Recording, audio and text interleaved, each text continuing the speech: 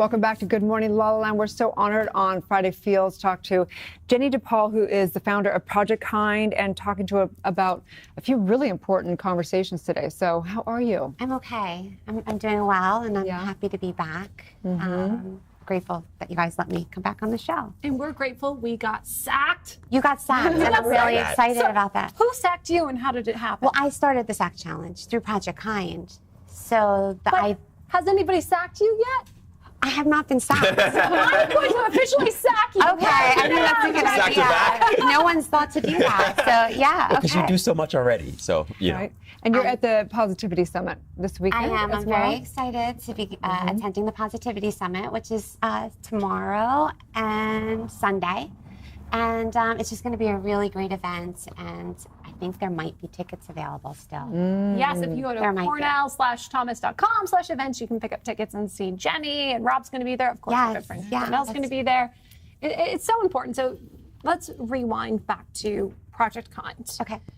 The catalyst for starting it. What is your mission? What is your vision? Yeah, so the mission really is to inspire others to come together, share love, really figure out what they have and what they want to share with others, and to be a reminder to people that they're worthy of love.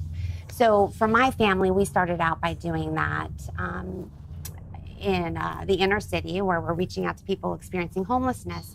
But, more than that, I want people to understand that they can be sharing what they have in anywhere, whatever they feel, whatever's on their heart, wherever they're led. So it's been a really great experience, and Project Kind's really starting to grow, and the community that we have supporting us is just getting bigger and bigger. So it's been so the mission really the mission is to bring kindness in whatever form that you want to bring kindness to the world. In whatever form. And so beautiful. Yeah, and then we try to really highlight that. So we share people's stories, and we create opportunities for people to share. So speaking of kindness, you have a huge heart, and you're always helping other people. And I know that you're also currently sort of facing some challenges. I am. Yeah, so you can tell us a little bit about that? Sure. Yeah. Years ago, when my husband and I first got married, we decided it was important to share what we had. So we started out by doing foster care. And we've taken in, a few kids over the last 15 years. But one of the children that came to us early on, his name is Kentel. He was 1 years old when he came to us. And he, at 3.5, severely regressed. And at that time, his birth parents decided they did not want to fight to get him back anymore. And they signed their rights away. And we were asked to, adopt him.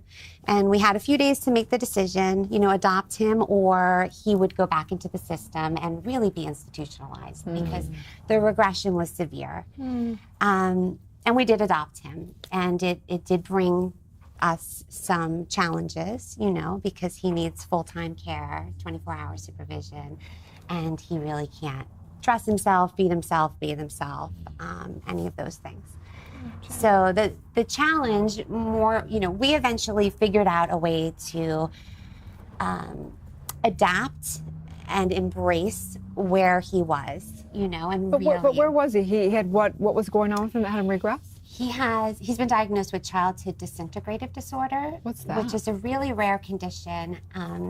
It's late onset of severe developmental delays. So where children with autism would typically regress earlier, when you have childhood disintegrative disorder, you can regress anywhere from like 3.5 to 7. Wow. So all of the milestones that you hit, they're gone.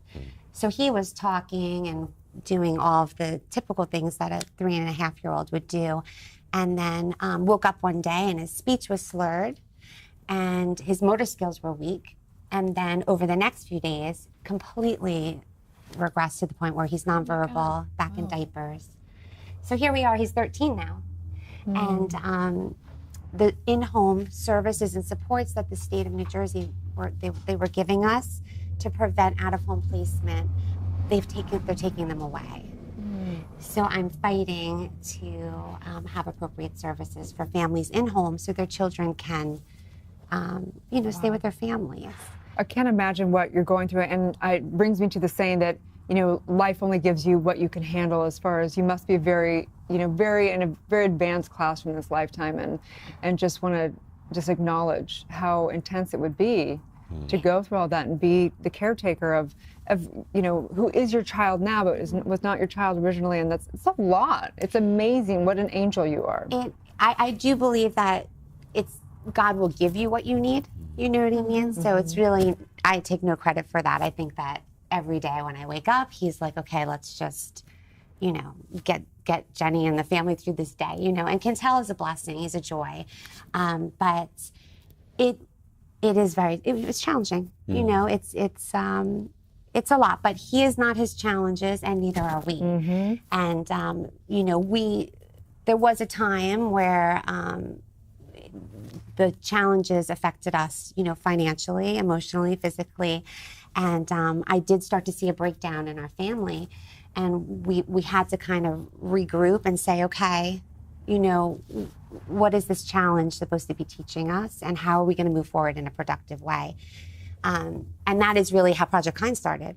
Because, Quintel is our daily reminder that everybody is worthy of love and created with purpose.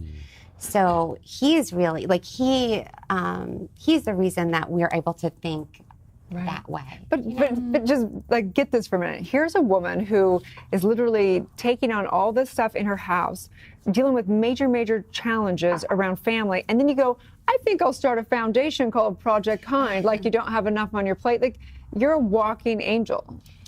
Really I appreciate you saying that, but I'm really not. I'm really not. At this point, what do you think? You mentioned God always gives you what you need, He and does. sometimes that comes through people. And so, at this point in your life, in your journey with your son, what do you feel like you most need, or would be most helpful for you and for him and for your family? Yeah, I mean, honestly, what I need is for a system to be in place that would allow children with developmental disabilities to live at home and have what other children have. The opportunity to reach their fullest potential, to be safe, to be happy. I need help. I do need help in home. When there's no services in place, I need to be within arm's reach of Quintel at all times, and which means I cannot do anything but that. And I'm willing to do that, but I do have other children, and I need to be able to make dinner and do all of the regular things that people do. And I'm not able to do those things without the help. What could an individual out there watching do to help support you in this? They can write. They can write to Governor Phil Murphy, really. I have spoken to somebody in his office, and they're aware of the situation. Unfortunately, I'm one of the last families left. Most families have had no choice due to the lack of services to give their children up. So what happens to the children? What happens to the children if they give them up? They're going into group homes or psychiatric placements.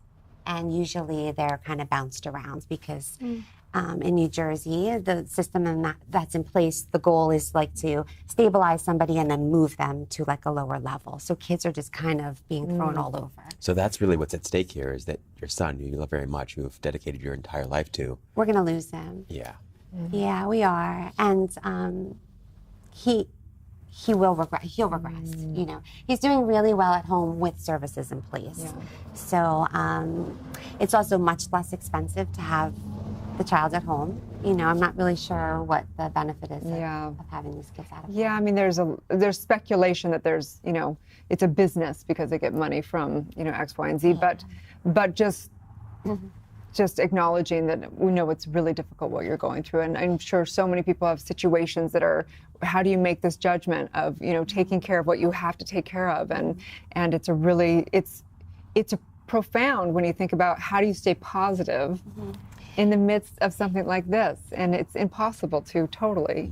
Yeah, I really kind of live my life moment by moment. So it's like I get through a challenging moment knowing there's a better moment coming. And that's really, I don't get stuck in my moments. Who or what is helping you the most get through this? Who's helping me get through this? I really just think it's faith and, you know, how you being intentional with my day, you know, so it's I'm telling you, moment by moment. Yeah. Can't get too If far I ahead. tried to think, I never think past the moment. Very healthy way.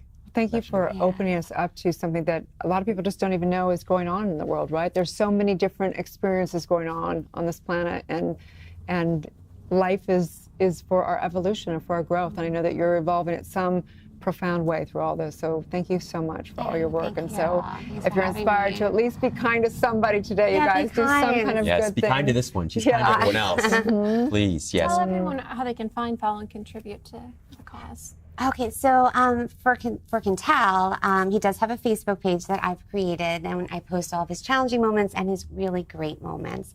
And there is a way to contribute on the Facebook page.